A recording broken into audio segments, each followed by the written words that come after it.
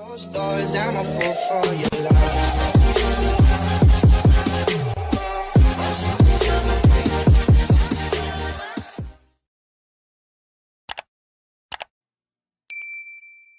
Welcome again to Math Galing Corner. I'm Teacher Mike. For this video, I will discuss about addition and subtraction of integers. Now, let's start with addition of integers. Paano nga ba mag-add ng integers?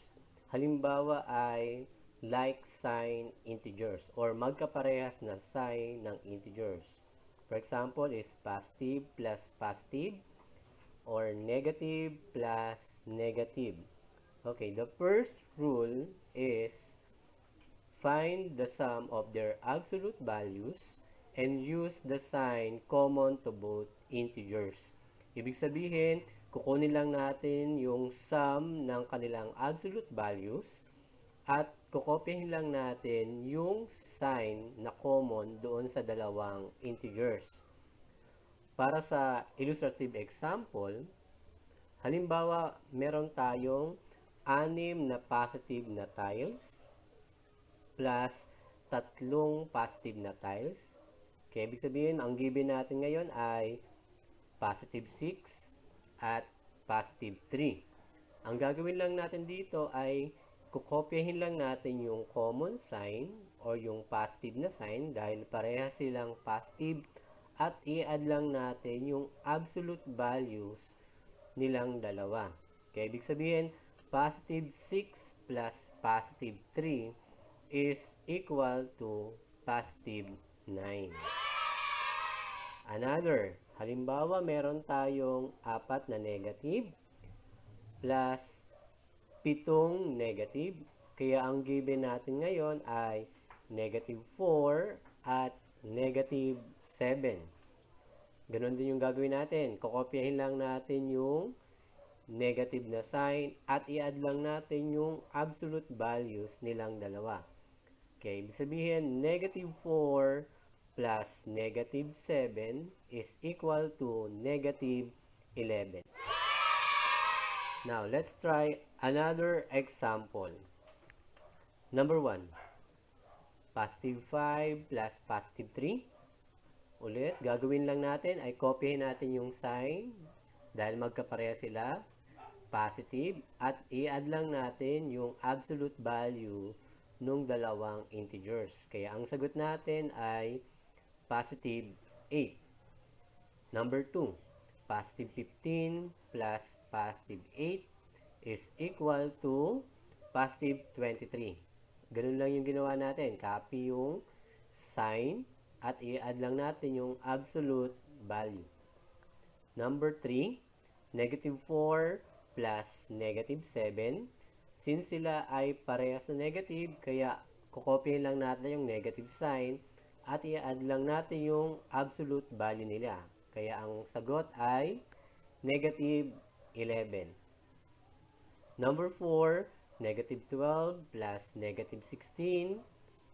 Then the answer is negative 28. Kinopya lang natin yung negative na sign at inad lang natin yung absolute value nung dalawang integers. And number 5, 7 plus 11 is equal to 18. Note, if an integer without negative sign is automatic a positive integer. Ibig sabihin, kapag walang nakalagay na negative sign, automatic, yung integers ay positive. Wow! How about addition of integers, but this time is unlike sign? Halimbawa, positive plus negative or negative plus positive. The rule is find the difference of their absolute values and use the sign of the integers with the greater absolute value. Ibig sabihin, kukopyahin natin yung sign ng mas malaking absolute value na integer at isusubtract natin yung dalawang absolute values. For illustrative example, halimbawa meron tayong 5 positive na tiles plus 3 negative na tiles. Now, ang given natin ay positive 5 and negative 3. Now, ang gagawin lang natin dito ay kukunin natin yung sign ng mas malaking integers, yung positive. Kaya ibig sabihin, positive 5 plus negative 3, answer is positive 2. Ang ginawa natin, kinopya natin yung sign ng 5 dahil siya mas malaking absolute value. And then, sinubtract lang natin yung dalawang number. 5 minus 3 is 2. Kaya, ang final answer is positive 2. Another is, we have 7 na negative plus 4 na positive. Kaya, ang given natin ay negative 7 at positive 4. Mas malaki ngayon yung 7, kaya ang magiging answer natin ay negative at isusubtract lang natin sila. Kaya ibig sabihin, negative 7 plus positive 4 is equal to negative 3. Now, let's try this example.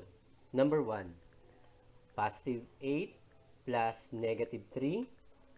Mas malaki yung 8, kaya ang sign na gagamitin ay positive. Then, susubtract natin yung dalawang number. Kaya ang answer is positive 5. Number 2, positive 6 plus negative 15. Mas malaki yung 15, kaya ang gagamitin na sign ay negative. Then, subtract natin yung dalawang number. 15 minus 6 is 9. Kaya, ibig sabihin, answer is negative 9.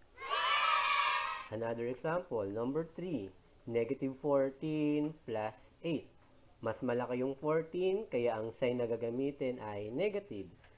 Kaya ang answer natin ay negative 6. And number 4, negative 11 plus 23. Since mas malaki yung 23, siya ay positive, kaya ang sagot natin ay positive 12. How about subtraction of integers? Halimbawa, positive minus positive, negative minus negative, negative minus positive, positive minus negative. Wow! The rule is, in subtracting integers, change the operation into addition and then change the sign of the subtrahend, then apply the rules in adding integers. Ang gagawin daw natin dito ay, una is babaguhin natin yung operation mula sa subtraction, gagawin natin siyang addition, at babaguhin natin yung sign ng subtrahend. Halimbawa, from positive, gagawin natin negative, or from negative, gagawin natin positive. And then, i-apply lang natin kung ano yung rule na ginamit natin in adding integers. Wow! Example, we have 5 positive na tiles minus 8 positive na tiles. Ang given natin ngayon ay positive 5 minus positive 8. Ngayon, ang gagawin natin is copyin lang natin yung positive 5. Then, from minus, gagawin natin siyang plus. And from positive 8, gagawin natin siyang negative 8. And then, apply lang natin yung rule sa pag-add ng integers. Since mas malaki ang 8, kaya ang gagamitin na sign ay negative, kaya ang answer natin ay negative 3. Wow! Now, let's try this example. Number 1 is positive 3 minus positive 7. Ganon din yung gagawin natin. Kopyahin natin yung una, positive 3. Then, from minus, gagawin natin plus. From positive 7, gagawin natin negative 7. Then, apply natin yung rule in adding integers. Kaya, ang sagot natin ay negative 4. Number 2, Negative 5 minus negative 8. Again, kopyahin natin si negative 5. From minus, gawin nating plus. From negative 8, gawin nating positive 8. Then, apply natin yung rule in adding integers. Negative 5 plus positive 8. Answer is positive 3. Dahil mas malaki yung 8, kaya ang ginamit na sign ay positive. Then, sinubtract lang natin yung dalawang absolute value na integers. Number 3, positive 4 minus negative 9. Again, kopyahin natin si positive 4. Then, from minus, gagawin natin plus. From negative 9, gagawin natin positive 9. Then, apply lang natin yung rule in adding integers. Kaya ang sagot ay positive 13 or 13. Number 4, negative 11 minus 4. Then, kopyahin natin, negative 11. From minus, gawin natin plus. From positive 4, gawin natin siyang negative 4. Then, apply uli natin yung rule in adding integers. Answer is negative 15. Dahil magkapares sila ng sign. Now, that's all for this video. Thank you and see you to my next video.